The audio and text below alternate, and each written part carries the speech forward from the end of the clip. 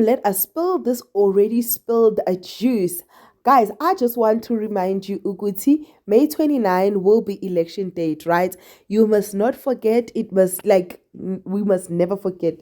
This is the opportunity for us to rewrite history as we know it. But now I came across this post again on Twitter, right? Now known as X.com, I think. Twitter. And this person, Mashesha, says the 29th of May is just around the corner. Like literally.